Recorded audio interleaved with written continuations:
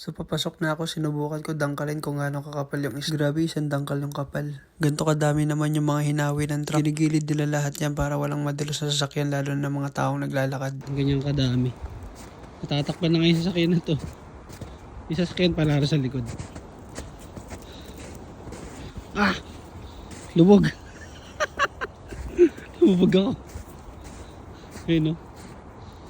Gabundok nga. Sobrang kapal.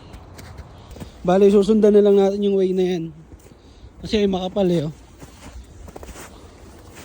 Kung saan to yung way na to, doon yung papunta sa ano. Ba't lumiliko pa silang ganun? Pwede naman diretso to. Kailangan mag-ingat sa mga nilalakaran dito kasi baka mamaya ilog na yung naapakan natin. Lubog talaga tayo ron. Pero pag sobrang kapal na daw ng isda, nagbabawalan na daw maglakad sa forest or mag-jogging para maiwasan yung aksidente. Malalim kaya to. Boom. Malalim nga. Oh, matatakpan na to. Naglakad ka kaya ano, tas malakaran mo yan. Durog yung paa mo dyan. Possible pala na bumagsak tong mga puno na to sa sobrang bigat ng snow na nakasampa sa kanila. Nakakabilib din yung paggawa nila dito sa tulay na to. Pero yung sahig na yan, puro kahoy yan. Pero sobrang tibay. Imaginein mo kung ano kabigat yung snow na nakasampa sa kanya. Tapos dadaanan pa ng tao. Mukhang totoo nga yung sinasabi nila na yung ilog mag-yellow raw ng buo. Kasi nagsisimula na siyang tumigas sa gilid. Lubog-lubogin pa ako. Lalim mo. Oh. So ito yung sinasabi ko sa inyo.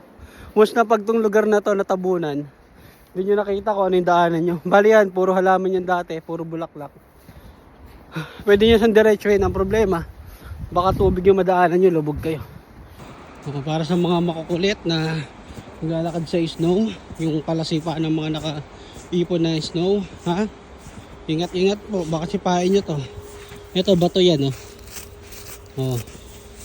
Bato yan, ha, bato. Pero kapal ng tabing nyo. Bato yan. Durog yung paa nyo dyan. Ito yung itsura ng highway. Yan.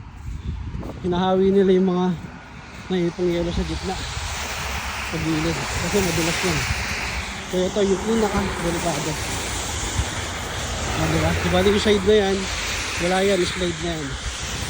Dito lang tayo sa gilid. Dito na ako sa work ko. Wala pa rin palang ilaw eh. Ganito daw nangyayari niya pagka nag-i-snow. Hindi. Ako lang nakaisip lang. Na parang ilaw.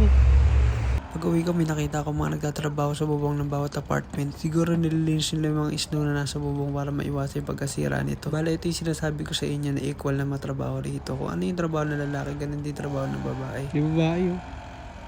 Sabi kasi equal trabaho rito, may babae yun.